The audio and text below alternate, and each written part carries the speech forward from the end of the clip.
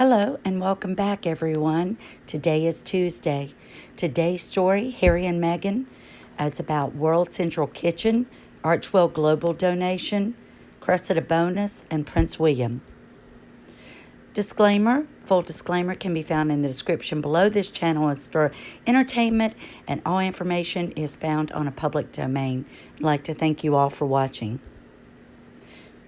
From my home to yours, have a magical Christmas, and may all your holidays be filled with wonderful memories. Okay, let's go ahead and let's get started. Not a lot going on, kind of a little more of a repeat of what we've seen. Page 6 says Meghan Markle and Prince Harry step out in Beverly Hills, and the temperature out in California, I think, was supposed to be in the 80s, and it shows Harry in a long sleeve shirt and Meghan all bundled up and has a toboggan and so forth on. It says they dress casual for a Sunday outing in Beverly Hills. Of course, we never see Archie. What family ever goes out and never goes out with their child? Prince Harry and Meghan Markle team up with Jose Andres in World Central Kitchen, and this was by today. The Duke and Duchess of Sussex are helping to fund 4 new food relief centers. The health of our communities depends on our ability to connect to our shared humanity, Markle and Prince Harry said in a statement. Prince Harry and Meghan are partnering with Chef Jose Andres from World Central Kitchen to fund 4 new relief centers to help organize deliver on its goal of feeding people in disaster zones. Now, this was said to be coming from the Archewell Foundation, and that the first center will open in Dominica, which was battered by the hurricanes Maria and Irma in 2017. And this will be sometime next year. The second center will be built in Puerto Rico, with 2 additional locations have not yet been announced. Well, it's funny that if they do want to help, you would think they would want to do something of the people of the Commonwealth, and you would, or by Meghan being a U.S. citizen, that they would help people who are definitely in need and homeless, maybe in the country where they live. Now, I looked up the cost of these, and it's kind of like a pop-up kitchen, and the startup cost is about $50,000. So if she's doing 4 locations, then we're looking at about $200,000, and that's supposed to be coming from Archewell. And wasn't some of the money that that was sent over from maybe Disney's Elephant Without Borders could be in that, and any other money that they've been raising. So with Kate and William given 1.5 or 1.7 million pounds to get started to help relief in these types of situations, then this isn't very much for them to give. And we all know that you just have to give a certain amount of money out of your charities, and you can keep 95% of it. So that $200,000 that they're supposedly given doesn't amount up to too much, just enough to get them by for end-of-year tax purposes. Because in the UK, I think theirs goes from spring to spring. But in the U.S., we know it's January 1st till December the 31st, and that's when our tax year ends. So we know that she wrote the book with did the community cookbook, and it said proceeds from Together Our Community Cookbook went to the kitchen. And Meghan said, I immediately felt connected to the community kitchen. It's a place for women to laugh, grieve, cry, and cook together, the Duchess wrote in the book's foreword. But we haven't heard too much about where the funds or proceeds have gone to from this. I think a new stove and maybe some new appliances were donated to the women's kitchen there. But as far as we know, we don't know what else happened to the proceeds of that book. Did Meghan keep them for herself? Did it go to Archewell, Travelers? Where did it go to? Then, how Meghan Markle and Prince Harry's first Christmas nearly exposed their then private relationship. This is just a stupid PR piece that Omid put out because it said the couple's first Christmas was in 2016, months after they started dating, was nearly very difficult, and how they had prying eyes. It just said, during a Q&A on Friday with fellow co-author and Elle.com royal contributor Carolyn Duran, who is also the co-author with him of Finding Freedom, that Oh, and okay, that the future Duke and Duchess of Sussex first holiday season in London almost became much more public than either of them had wanted. Oh, it was public, all right, but that was because Meghan was having Harry to rescue her from the so-called paparazzi that was supposed to be in Toronto where she lived. And further investigation showed that that never happened. And she was wearing his initials around her neck, or H&M, and the Meghan wanted it out there, and she was putting it out there. Prince Harry, Meghan Markle win legal battle with paparazzi. Now, we know that I talked about this in the last video, and it says London photo agency Splash UK agreed to not take any more photos of Prince Harry, Meghan Markle, and their son Archie in the future if the agency emerges from bankruptcy. Yes, so I guess they're not having to pay out anything, but they consider it a win because they're saying that if they do come out of this, that they have promised that they will not publish any more pictures of Harry and Meghan. And this was the one when they were living in Canada, where they first took a break when they left the UK and were planning to enter back into the U.S. Now, for those of you, this just broke a day ago, I think. Prince Harry missing as former lover has low-key lockdown wedding organized in 2 weeks. So you remember the actress Cressida Bonas that Harry had dated. So she's just gotten married. It says she was Prince Harry's girlfriend for 3 years until 2014, has revealed details of her lockdown wedding, which took place over the summer.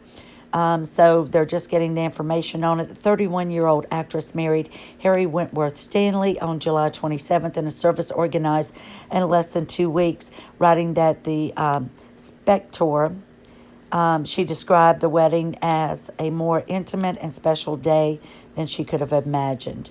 So this is World Central Kitchen on Twitter that Meghan's supposed to be teamed up with, and it was founded by Chef Jose Andres in 2010. Wherever there is a fight so that hungry people may eat, we will be there. So I guess he does this all around the world in many different countries. And it's just talking about some of the projects that they have in the Bahamas and in Central America and the Caribbean. But again, why don't they want to help people that, live in the USA or in the UK or other Commonwealth countries? So this is from their website, and it just talks about things that they're doing. Now, I couldn't find an update or a mention, even in their latest news, that Harry and Meghan were funding any of these, even though it's talking about some of these kitchens, or one being in Los Angeles.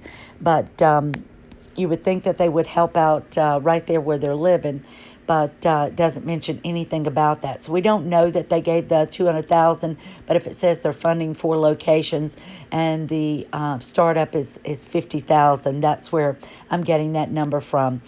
The Sussex Archewell Foundation to fund construction of the 4 community relief centers. So the Duke and Duchess of Sussex Archewell Foundation is to fund the construction of 4 community relief centers for a global food charity, and it was announced on Sunday. And that's all I can get of that article because it is a one that you have to subscribe to. So the Daily Mail says, Meghan and Harry reveal their first donation from their new charity Archewell's will go to World Kitchen, run by Chef Jose Andre. Now, it's understood that they also are under the same PR firm that Harry and Meghan use, the Sunshine Sachs. So it looks like they've put 2 clients together, and then Harry and Meghan can get some more PR from it, and Sunshine Sachs wins too, and I guess World Kitchen.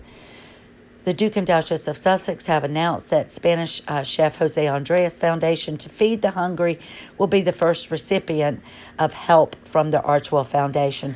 Well, they have to spend some money before the end of the year, and here it is, just days away from the new year. So in order to protect themselves with tax purposes, it looks like they had to make a donation.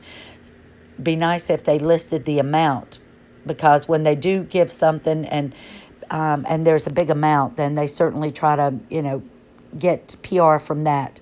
On Sunday, they said that they had chosen the first charity to support and will be giving money to Jose Andres World Central Kitchen, an organization that provides sustenance to those in need around the world. And this probably goes back to her CNN Heroes Talk, and to where she's talking about the nourishment and to your bodies and so forth. So this is linking that up. So everything she does is about PR for herself, and I still don't understand why CNN would allow her to even speak about the Heroes thing. The cost of each center will vary depending on the location, but Nate Mook, CEO of World Central Kitchen, estimated that each setup would require an initial investment of at least $50,000 to get up and running. I don't think that they're going to fully support it all the way, but maybe it's just the initial investment. And that was a picture of the chef. Oh, one of my viewers had written this, and I thought they summed it up really well. Thank you, Edna. Credit to her. Paying the ethical amount of taxes, enabling services, health, education, community, sport, support, justice to be properly funded is a way that well-off people, as well as ordinary people, can really support less well-off families and people with difficulties and give sustained opportunity. Only just over 3 months to go to the review, and they are independent now. Aren't they, with all of their ventures? So they don't need the titles. I wonder if Prince Harry will apply for U.S. citizenship. Yes, I wonder that too, if he's going to give up those titles, because he's going to have to if he becomes a citizen. And I'm sure that they're, have people working around the clock to see how he can remain living there and not have to lose his titles. So I thought that was well said. In my last video, we talked about Prince William and how they said that they had detected cancer when he was being tested for COVID-19. And a lot of people said that they didn't believe it because it was in the Inquirer. I tend to believe that there's a shred or an ounce of truth in the stories that they write, and I'm sure that they blow them up. But just think about it. If it were, people aren't wanting their health information out there. That's a very private thing. So I don't think it's something that the palace would announce or talk about. That would be a private family matter. But I do believe that there is some truth to it, that maybe something was found, that maybe it's not too serious, and that it is treatable, and that that's something they're going through privately. This was Prince William, the Duke of Cambridge, when he spoke to the staff and patients to mark the construction of the groundbreaking Oak Cancer Center at Royal Marsden Hospital on October the 21st. And this was a charity close to the heart of his mom, and that he also has continued to be a patron of. And this was written in Yahoo News. It says, as private citizens, royals are entitled to privacy concerning their health as much as any other Briton. King George, the Queen's father, died in 1952 following years of health complications, including lung cancer. Severity of his illness was kept from the public for years as he continued to attend public engagements. And they didn't talk, they just talked about, a surgery and this and that, but nobody said that he was having a lung removed. They didn't talk about how serious it was. They kept it under wraps as long as they could until things started getting out, or until he was going to have to be out of the public eye for a while, and they had to make some type of announcement. So I kind of believe that that could be the same with William, and I'm still going to pray for him and Kate and their family, and because I tend to believe that there's a shred of truth to this, and that it's not something that they would talk about or that Buckingham Palace would make an announcement about unless it was all out in the open and couldn't be hid anymore. But what do you guys think will happen to Harry and Meghan in 2021? Do you think that they are going to lose their titles? Do you think that the Queen will extend their Brexit agreement? Do you think the titles are going to be removed, and any new sanctions imposed on them?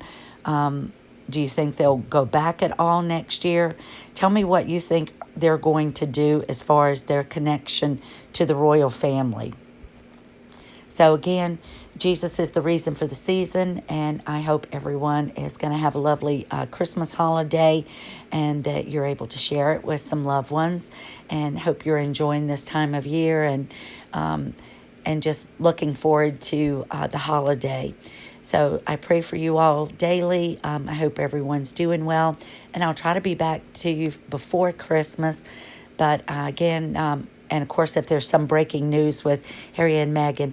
But lots of love to all of you, and thank you for all the viewers. Thank you for all the subscribers. I appreciate you guys so much. Have a blessed week.